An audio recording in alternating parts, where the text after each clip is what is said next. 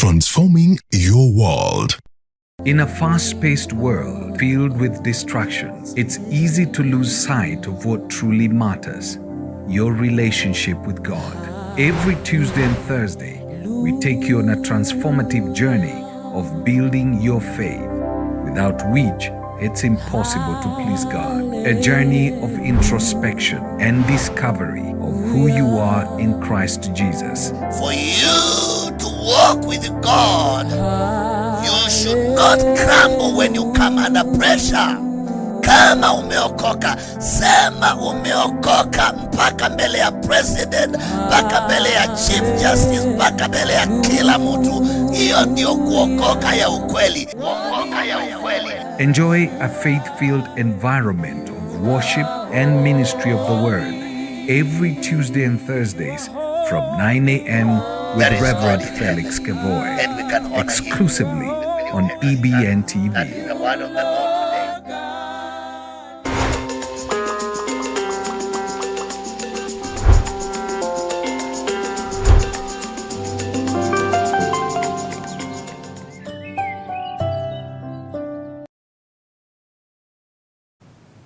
Well, good morning and welcome back. Thank you for staying with us. You are watching Morning Live. It is about time we get into the conversation this morning, managing stress at the workplace. Now, believe it or not, your workplace is your second home, because majority of times you'll spend your time at work and then all you go to do home is just rest. So at that point, we ensure that within these 8 hours or 10 hours that you're at work, how do you ensure that you remain sane, you're managing the stress within the workplace as much as possible, and to also ensure that you're not stretching it all the way to also stressing back at home. So that is the conversation that we'll be having this morning. My guest is already here, Julius Gitari, a counseling psychologist, to help us understand how do we manage this in general. Thank you so much for coming in. Thank you, sir, for giving me the opportunity. Yeah, the weather is a bit chilly this morning, so we can assume that is also one of the stresses of going to work. Of course, it's a stress. All right, so let's just get started on this conversation. Like I said, you know, your workplace is your second home. Basically, you'll spend a lot of hours at work, even within the week. If you just look at the number of hours you're spending at work, I'll just take an instance of somebody who goes to work from 8 to 5 p.m. That's roughly about 8 hours or 9 hours, depending on just how things will go. And then all they do is go back home to rest and, sleep. So it is so much important that we try to minimize the stress as much as possible at the workplace. So why is this important? Let's just get started from there. Thank you very much, Cynthia, for the invite, for the opportunity. Yes. And I'll say that this life, we need to know that it is not as miserable as it looks like. And one of the miseries we have in life is because of the way we manage our stress. Now, we need to manage our stress levels because we enter the workplace when we are physically fit, psychologically fit, emotionally fit, spiritually fit. Yes. Because we make a lot of prayers before we go. Even behaviorally, we go there when we are very fit. So, and therefore, if we cannot be able to see joy at home and joy at the workplace, then definitely we are inviting ourselves to become now clients for the doctors. And many people have entered the job market when they are physically healthy. They have left to go and nurture stress-related disorders. Disorders which have got no germs at all because they never took care of themselves. Remember, at the organizational level, we define management as the ability to meet organizational goals and objectives. But remember, you don't feature in that definition of management. So if we are only meeting organizational goals and objectives without meeting our objectives also, because we have got objectives to accomplish in life and the goals to fulfill, then definitely we are inviting ourselves for trouble. So it is very important to manage our stresses so that we can be able to be productive. Actually, one of the reasons I was hired is because I'm productive. So to be productive, to meet organizational goals and objectives, and to propel the organization to a higher height. But then as I propel the organization to a higher height, I also need to be rising up to the greatness so that I can be able to self-actualize my potential, because I'm wired with both abilities and potential. Ability is what the employer saw in me, but potential is what I'm here to do. And that's one of the expectations, because every time you go to the interview, you are asked, what is the, what value when you get to this organization as we hire you? Yes. So the value now comes based on my potential. And potential is not what I've done, but what I'm here to do. Therefore, for me to do this, I need to manage my stress levels so that I can be able now to rise up to the greatness and be able to accomplish the 7 basic human needs, and especially the self-actualization area. Very important. Yes. Yeah, and you know, there could be such a thin line between the stress from work and it's just normal pressure at the workplace, because you'll hear a lot of people who will say, you know, hey, leo siku imekuwa mrefu sana, and you don't understand whether it is, you know, just normal pressure that comes around the workplace, or is it actually the stress of the workplace? Thank you. It's very important to know this, that there is always the interplay, because actually, if I can... allow me to just cut you short. We're informed we should take a break as they try to fix the video signal, and then we'll be back and you can pick it up from there. So allow us to take that break. We'll be right back.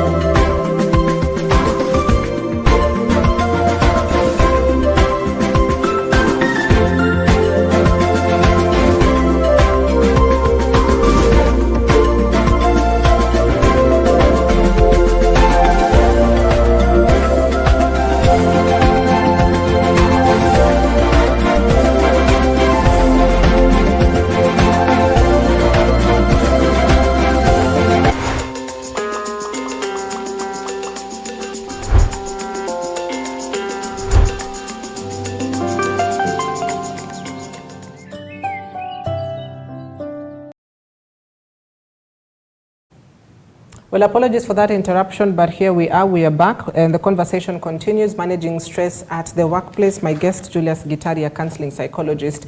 Now, before the break, we were talking about normal pressure from work and the stressful part of it. There could be such a thin line if you try to differentiate if this is just normal pressure or this is stress, or if we can pick it up from where you left. Yeah, thank you very much, Cynthia.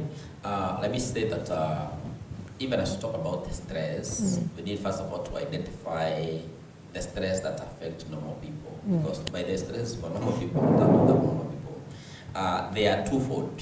You've got what we call the internal stress and the external stress. Now, internal stress has to do with what is happening within me.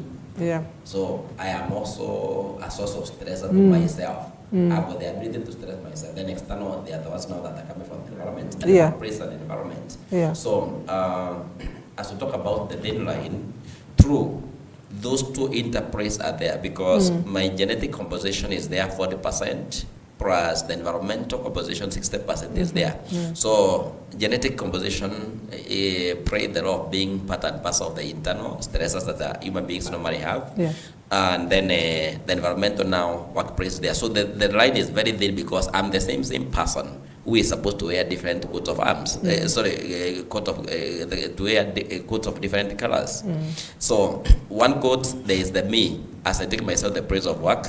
I've got my internal conflicts, I've got my stressors, and maybe some of these stressors, they are within myself because maybe of my health. They are probably coming also from where I was interacting with the other people. I carry this as an unfinished business. I take it to the place of work. At the place of work, what do I meet on my table? I want this work by the close of business today. That's the language.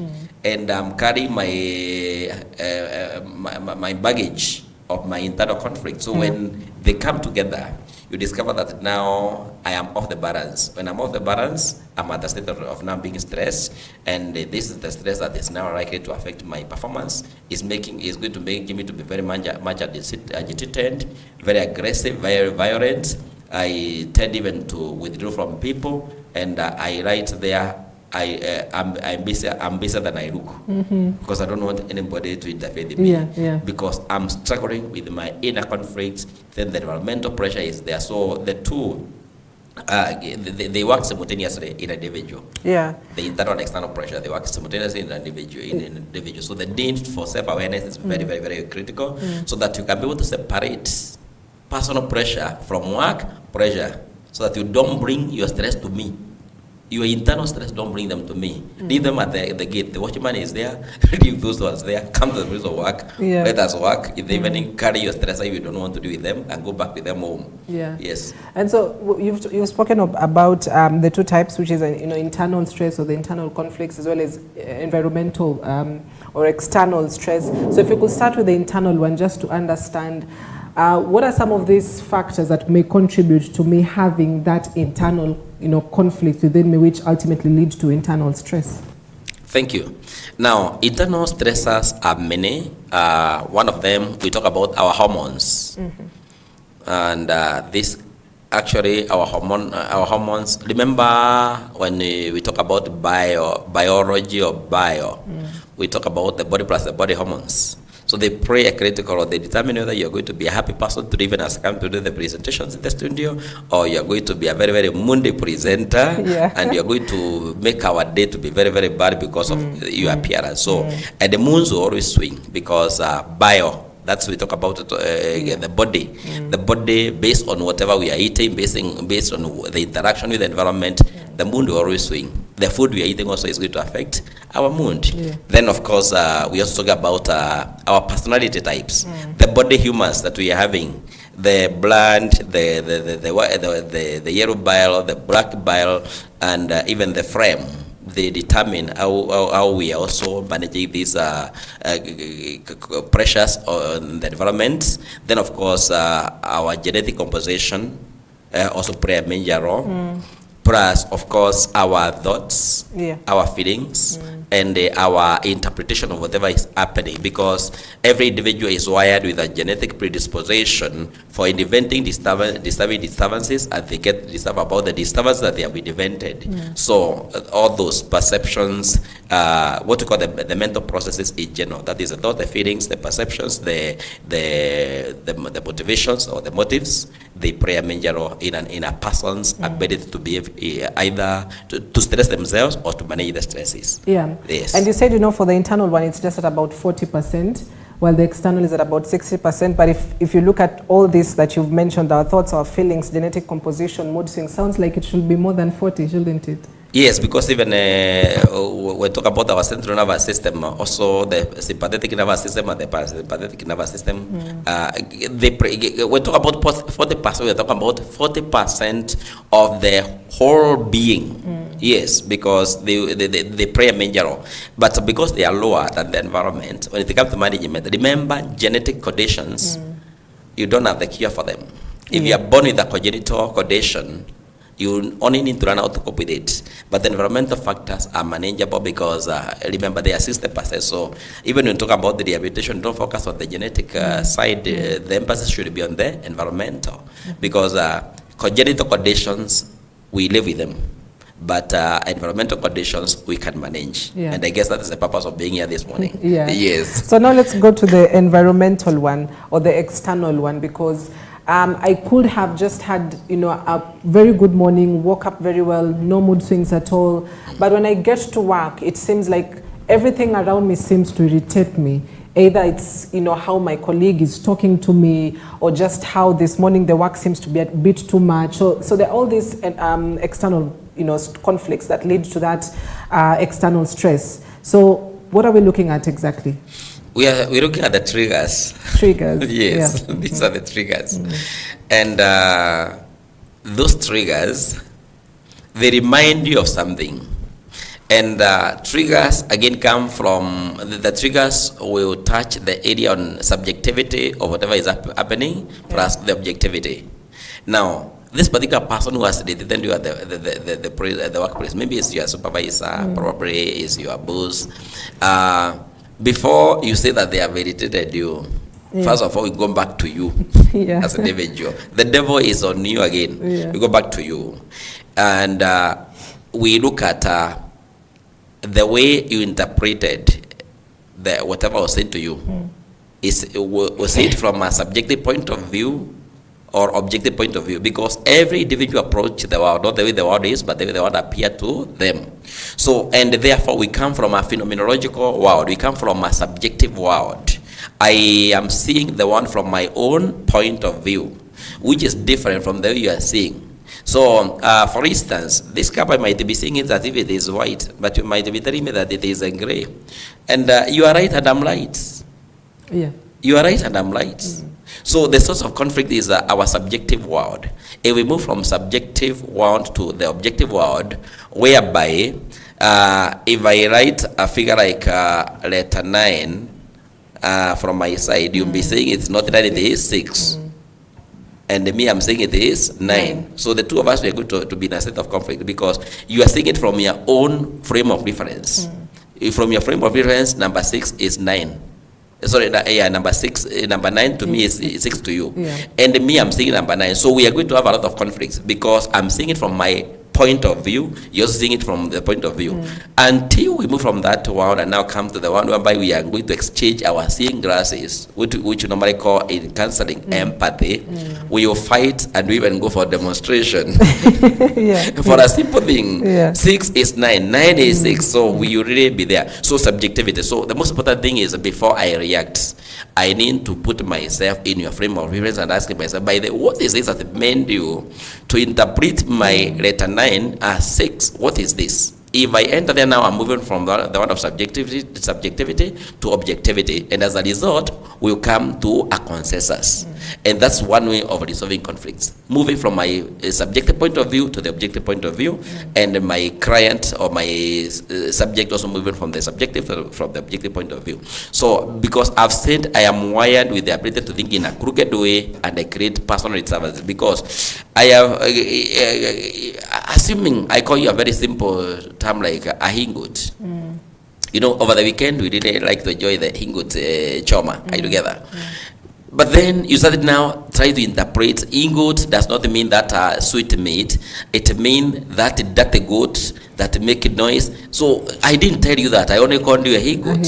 But now the interpretation you attach to a he-goat is the one that is going to cause us stress. So our interpretation, if we change our interpretation, whatever is happening from the environment, our thought processes and our feelings, definitely will be able to, and always being in charge of even our feelings, then definitely our behaviors and our actions will be very, very, very okay, and always be at harmony, because we need harmony with ourselves and harmony with the significant others. Yes. And you know, you've talked about subjective and being objective, and you've made it sound so simple, but in real sense it can be quite difficult, because the moment somebody talks a certain way to me or does something to me, I'll be so quick to, you know, to be very personal. I'll be so quick to be very personal and not understand, okay, what led you to talking to me that way, or what led you to doing this the way you did. So it can be so difficult, can it?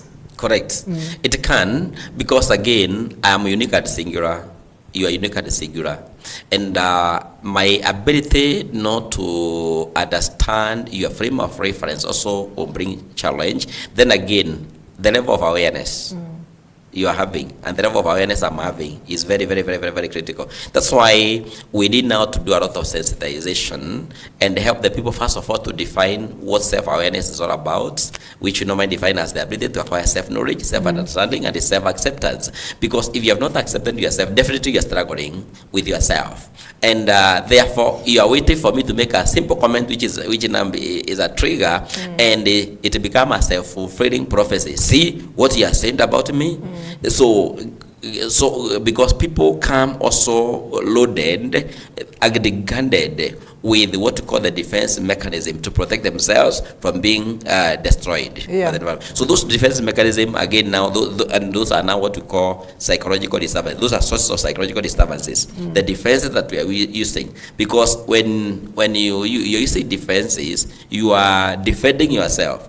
You are not right, but you want to justify yourself that you are right. And that's one of the major causes of psychological disturbances. That's one of the areas that psychologists tend to help people to deal with. Stop defending yourself, be yourself, stop justifying yourself, and as a result, you discover that the energy you are using to be who you are not is very, very little, and that will assist you to manage your stress levels. Yeah. Yes. Okay, so now that we've identified what might cause stress at the workplace, we've got the internal factors and the external factors.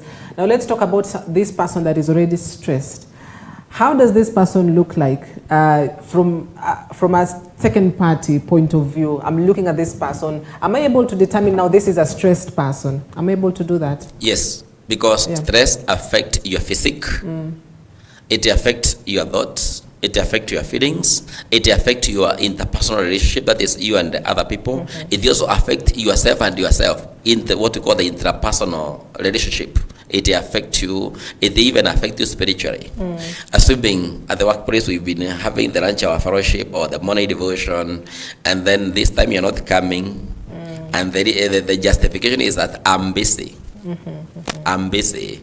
That's an indicator. You started withdrawing. So they affect you spiritually. You are the same person. Withdrawal sign. The withdrawals will be there. The inability to enjoy the activities you used to enjoy before, it will be seen. Physically, you'll be able to see now these days you're having a lot of wrinkles on your forehead and you have not aged. Then again, also probably your appetite might shoot up or go down, especially for the ladies. Your appetite will shoot up when you're under stress. Mine will go down. So I tend to eat a lot. And they are not eating healthy food. Junk. You are junking yourself a lot. And then again, your interaction with other people now, you are always looking at the mistakes. You are also becoming suspicious. And even your grooming changes automatically. Your grooming changes. You are the person who has been really coming, and we have been saying that today you look very sharp. And that is my weakness. So whatever you call weakness. So all those kind of comments now, you start discovering that now even you're not making your hair well. You are this kind of a lady who would always exchange your attires. Now you are coming with one dress for the next 1 week. We are seeing the wimpy on your teeth. You have not even brushed your teeth. So that is an indicator that things are not very, very, very much okay. Then when you go to the phone, you are not courteous enough. Even your walking style now change. You start behaving like a suspect. Even the police can stop you on the road because things are not okay. And also, when we look at you in terms of psychologically, you are always quarreling with the people because you are mentally disturbed. And then all of a sudden, you start now hearing you talk about taking some painkillers because of maybe a condition like migraine, that is a headache that does not go just with the painkillers. So, and also we discover that these days you don't want even to say hi to your colleagues. So some of the indicators that somebody is under stress. Yes. So, how extreme can the situation get? Because, I assume there are levels to it. When something is stressing you at the start, you might take it lightly, and then eventually things now start changing, and it's overcrowding your thoughts, your physical, appearance now changes. So how extreme can this stressed person look like? At what point do we now say, okay, now you need a lot of help? Thank you. Now, stress comes in levels. And by the way, stress is for normal people. Normal people. Stress is for normal people because normal people have got 3 major sources of stress levels: from domestic, work, and the social setting. Abnormal people do not interact at the social level, at the domestic, at the workplace. You have never seen an advertisement that one of the qualifications, you must be mentally ill, you must be mad. So it's for normal people. So stress, and the only absolute deliverance from stress is rotting in pieces, RIP. So stress comes in levels. And there is no way you can run away from stress. If you made a mistake to leave your bed this morning, even today, by the time you leave this place, you'll be stressed. So stress comes in levels. So if you don't manage the first level of stress, it does not die, they graduate to a higher level. So we have got the what we call now the hypostress. It's not stress, hypostress. I guess in the morning as we are trying to come with the traffic jam on the road, there's a time you started experiencing some palpitation in your heart. Oh, I might be late. Yeah. That's an hypostress. It has got no jams. It's an hypostress. And it is only you who is aware you are stressed, because these are not the jams we are saying that they need to be taken to the doctor, so and so. Then the reason you always arrive here on time, it's not because you love the job. That's a lie. We have got the theory X and the Y. It is because of a stress called eustress. Yeah, that's the level 2. Level of stress. Eustress. That is useful or good stress. Oh, what does that mean? It is a stress that make you to have a purpose in life. It's a stress that help you to meet deadlines. It's a stress that really motivate you. Okay. And those two are called the normal stresses. So, and therefore, even as we talk about stress at workplace, those are the 2 levels I'd like us to work on. Hyper means low, the low level of stress. Whether you are on off duty, or after a few hours, I'll discover you are yawning. Yawning is an indicator that you are stressed. So, hypo and the hyper should be the hypo and the eustress should be the area where you should be operating. Is rather even taking loan is a useful stress, because you are taking this loan to meet a certain target.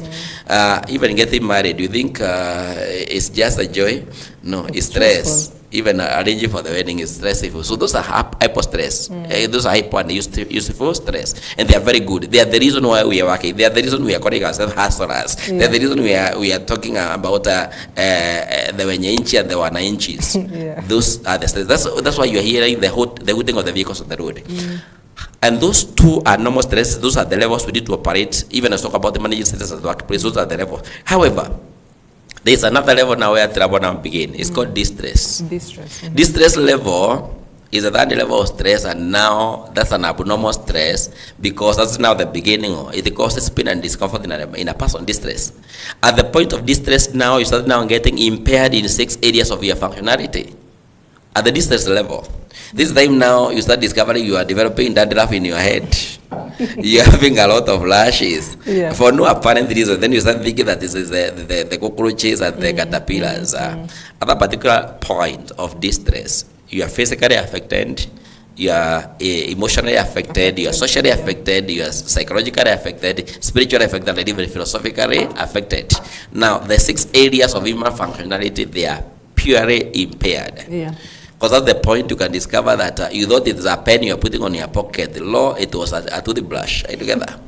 And that's the point you put the keys on the left hand and you're looking for them all over. That's the point of this. This is the time now you start even threatening your employer. And you can go to physical. If you joke at the distance level, you can fight at the place of work. The innocent you has really worked, and we really say that you are the mediator. Now you are the one who is fighting us with the psychological stones together. So that's the distress level. And but all those distress, eustress, hypostress, they are easily manageable. It is at that particular point that the employer also recommends somebody to go and seek the services of a counselor. Yeah, because now you're saying you're not okay. It's at that particular point you start becoming somehow upset from the place of work. However, there is a higher level, which is normally called the hyperstress or the depression state. Depression, by the way, is a stress condition. The hyper is the highest level of stress that the body can be exposed to. And at that particular moment now, the employer has got one alternative. Either to write a sacking letter on medical ground for you, or they sack you. Now you become a liability. You are an asset initially. Up to the distance level, you are an asset. There is value we are seeing. But at the distance level or the depression level, now you're becoming a liability to yourself.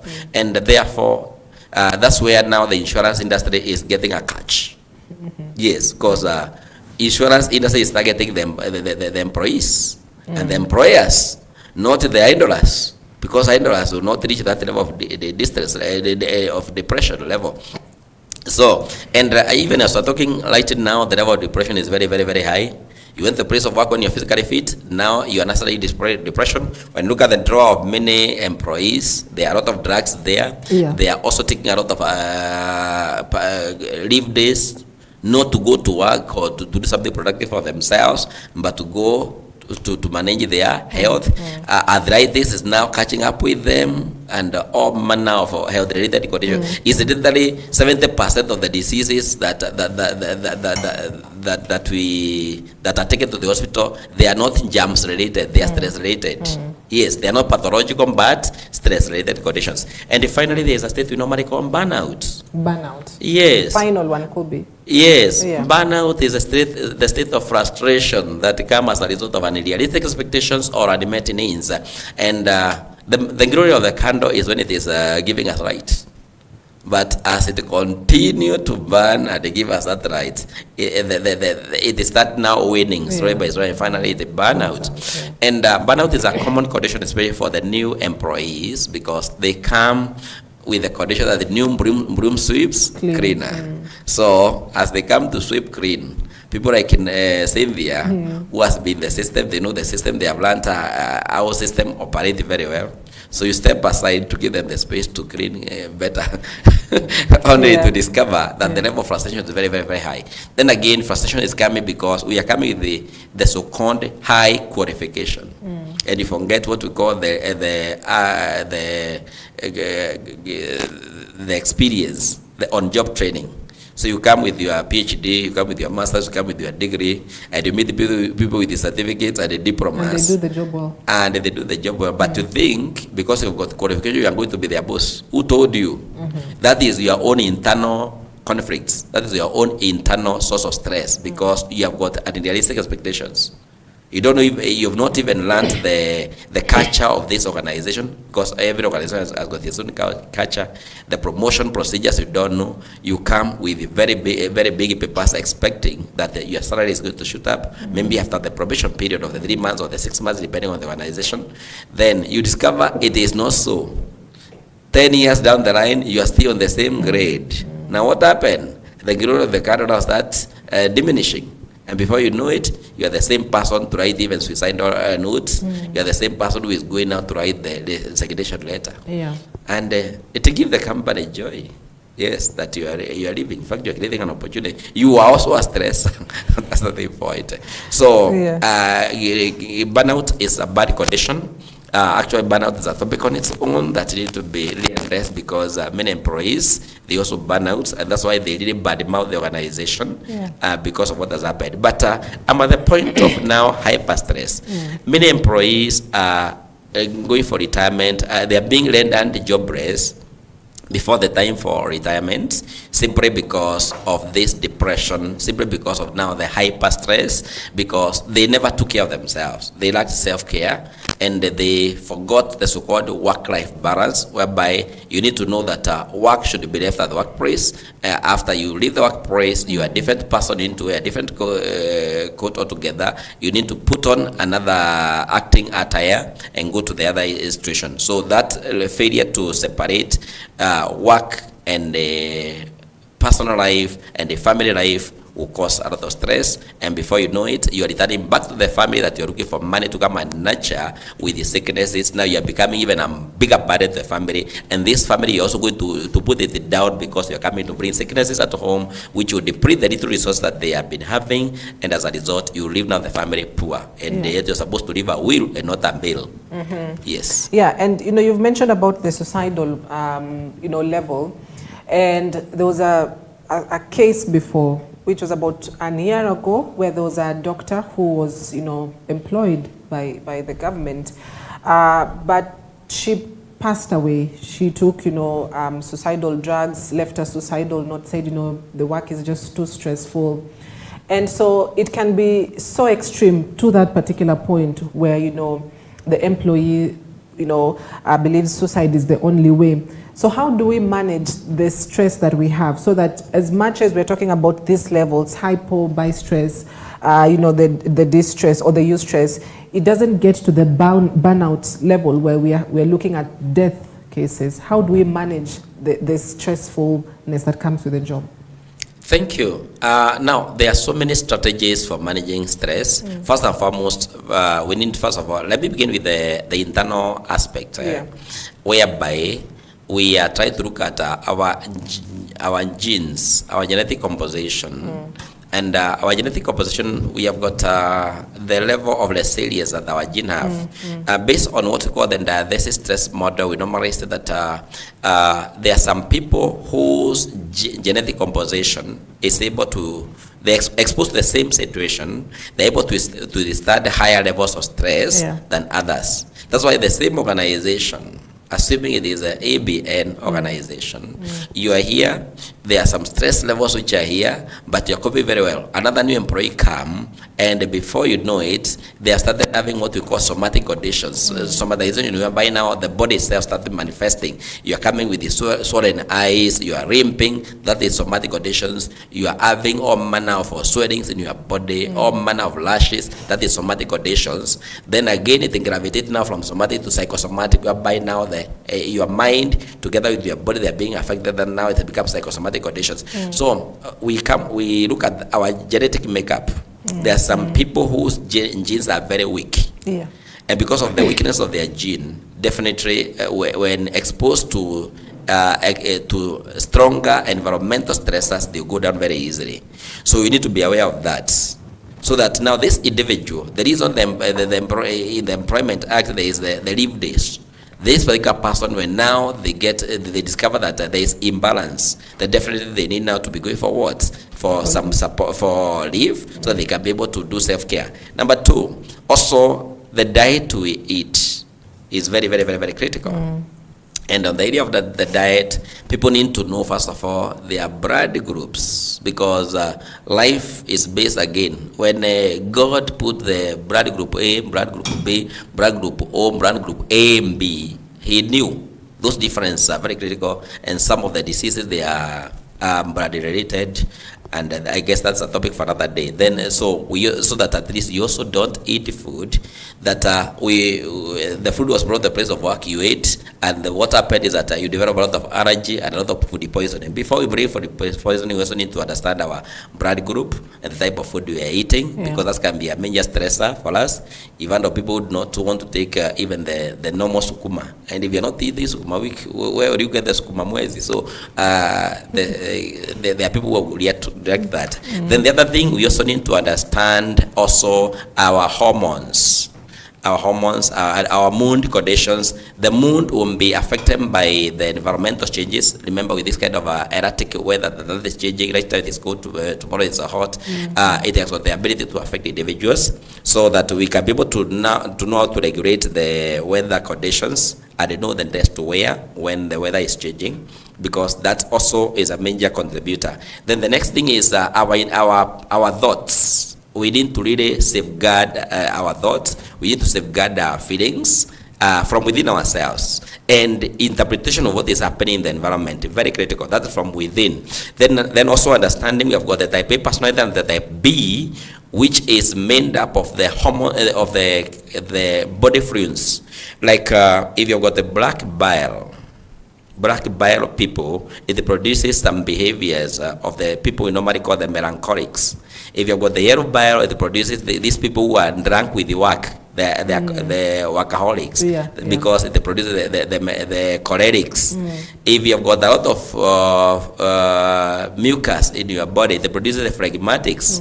People who are too loyal to be even abused. You are too loyal to be abused because you are the place of work, but I'm sending you to the supermarket to go and buy mandazi for me. Because you are too loyal to be sent until your job is like utumishi kwa wote. You can do anything and everything. So those kind of law confusion. Then with those people with a lot of blood, the sanguine, you really make noise like a monkey anywhere and everywhere until now. We wonder, when are you going to meet the goals and objectives? So the sanguine, because of the blood, they are the ones who are given also extra work because of the way you're entertaining us, you become the MC. You are the one to become now, and you are the one to be reading the Bible and singing chorus for us because you are sanguine, not because of not because we are born again. But because of we have picked something. You really crack a joke, but remember you're supposed to, as you crack a joke, remember you're supposed to meet with your targets, job targets. That's why these are appraisals. So that's very important. Those are from within. And therefore this dimension, we have to be very, very careful with them. Yes, because somebody like the workaholic part of the choleric, they will be making jokes without laughing, and they are doing their work. So they will finish the work on time. Sanguine will be seated there listening to the jokes without working. So what is the cause of stress? You never did your bed because of your personality wiring. You are there listening to the jokes and laughing and even adding more jokes to the jokes. Therefore, there was a pending work. Then we look at the external factors. One of the critical things is that there must be good job description. The JD should be there. Job description need to be done at the place of work. Then the organization also need to be organizing team building activities so that we bring the routine. Team building activities need to be embraced. Then appraisals, staff appraisals should be regular. The staff appraisals. If you do something good, I should not just assume, because like the choleric, they operate on their hand. They think that they told you thank you, but it was an imagination. It's only themselves in their mind who said thank you, but it never came out of the mouth. So people are getting stressed here. You didn't appreciate what I did. So appraisals, and that's part of the motivation. Then we require regular motivations, and motivation can come in terms of token economies. Motivation can come in even me giving you a day off. It's part of motivation, because the topic on motivation is also very wide. We cannot necessarily talk about money as the motivation, because I give you money today, after 2 weeks you say that it's not enough. So money is not a motivator per se. People should be aware of that. Then also we need to be also changing our environment. You need to change your environment. Like if you always used to sit the way you are seated, also change the sitting position. Next moment you need to sit where I am. Sit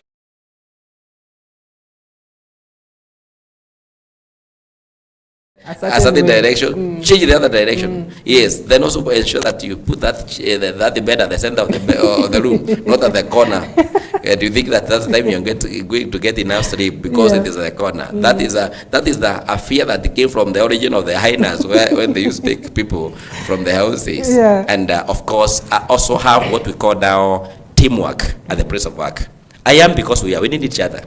I need you, you need me. So teamwork is very, very, very, very important at the place of work, whereby I need some support from you, you need some support. Then of course, don't be carrying your baggages alone there and you pretend that you are the most disciplined person because you're keeping quiet. No. There is always a good person at the place of work whom you can always share your challenges in life, and that particular person needs to maintain that information with the highest level of confidentiality possible. And of course also, face your boss. Your boss is not an animal. Exactly. Actually, the reason you are there is because they are getting a lot of value. Face your boss. Tell him exactly what is happening. Then your leave days should not be exchanged for cash. Many people don't want to go for leave.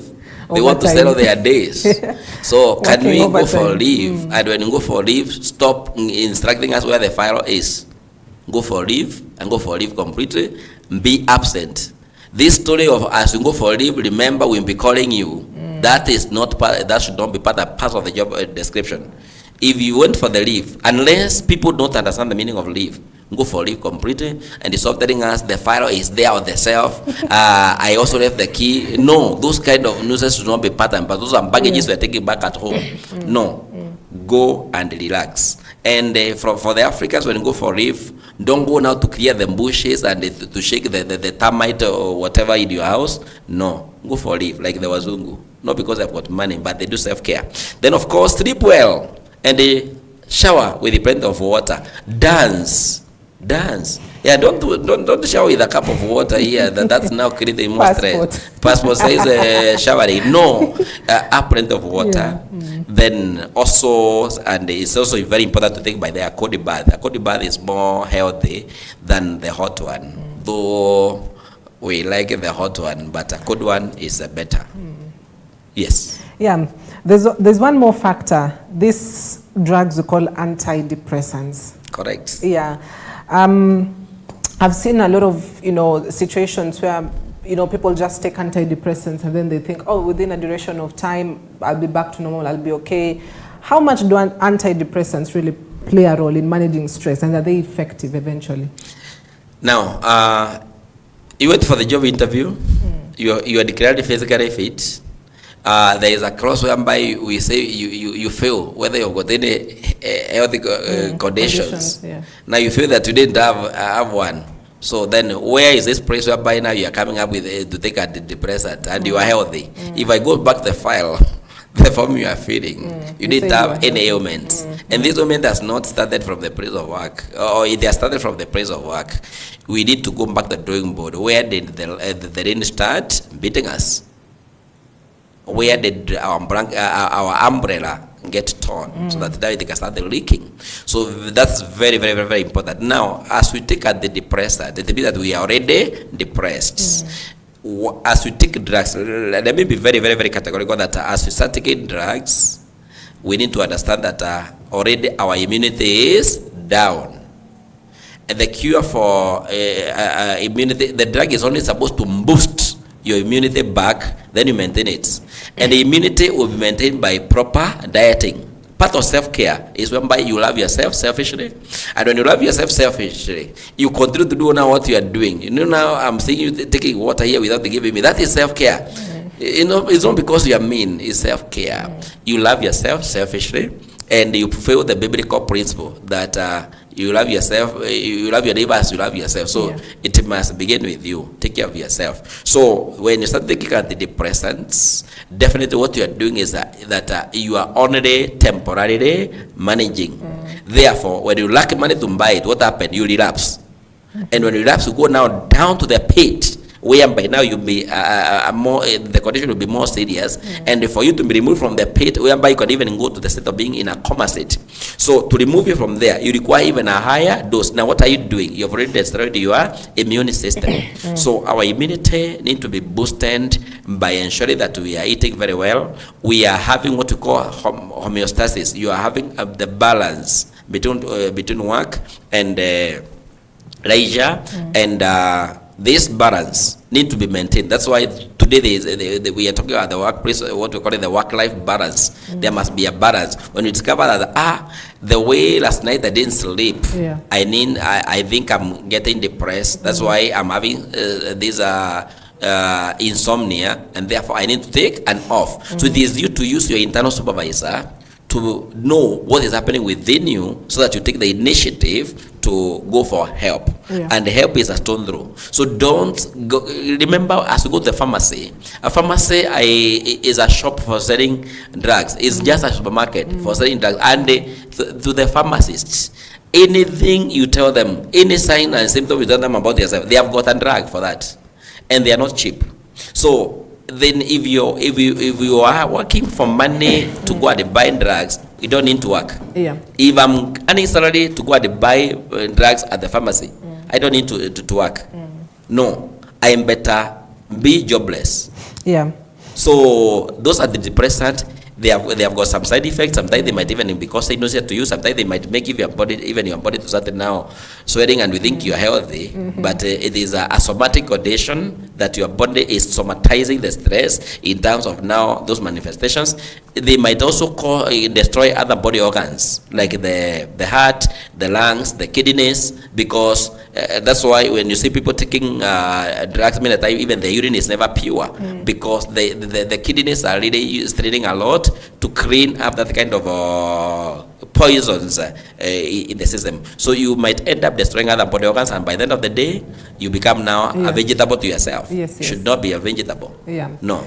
Now, as we wrap this conversation up, because I'm being informed you're out of time, and I need you to answer this in just a few minutes. There's a saying that goes, Jen from the HR says, people should do yoga for their mental health, but instead she should just pay people well. So we have this notion around that as long as, I get that additional salary or I get money, I'm okay. My stress, at workplace will go down. Is that notion really the best way to deal with stress at work? That, just add some few coins to my salary and I'll be good? No. Actually, the more the money, the more the trouble. So that notion should not be there, because what happens is that now, as we add the money, you become people pleaser. You want to praise people, so that you work more. You cause a lot of wear and tear to yourself. That should not be the notion. Money should be part of the parcel of the job description and the procedure for appraising the staff appraisal. And therefore, what people need to do is let them balance their outputs. The initiative, the management should ensure that they motivate the staff without necessarily trying to use them baits. It's called them bait. So we should not use those kind of baits on the hook to trap the people. Rather, we need to appraise them in a better way. Yes. So let's run away from that. So I'd love to wrap this conversation up. Perhaps I'll just give you an opportunity to have the final word on managing stress at the workplace. As you said, it all begins internal. As much as it is just about 40% of the whole body. But if you leave home and you are not in a good mood, you will definitely not be in a good mood at the workplace. So final word as we wrap it up. Final one is that don't go to the place of work to become angry-named, to destroy people because of internal things. You went when you are physically fit, psychologically fit, emotionally fit, spiritually fit. Go back home when you are fit and even more healthier, instead of bringing stresses and the problem back at home. And you also need to know that you matter more than there's no genetic predisposition for you to be employed. You matter a lot, and therefore be selfish to yourself and manage your health, because your health is your wealth. Yes. Your health is your wealth. Thank you so much, Julius Gitari, a counseling psychologist, for coming in this morning to share on just how we can manage stress at the workplace. And I'll just repeat what I said earlier.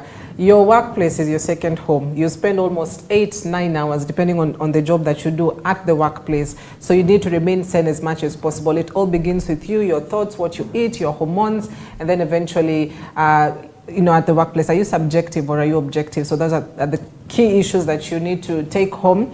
And that brings us to the end of our conversation this morning. Thank you so much for watching, for your feedback. You can re-watch this through our social media platforms on YouTube and on Facebook on EBN TV in case you missed it. The conversation can always keep going. Well, that is where we wrap it up. But coming up at the top of the hour, it is Your Faith today with Reverend Felix Kavoi. You will be inspired, so stick around for that. I'm Cynthia Nanjala. Have a blessed morning. Thank you for coming.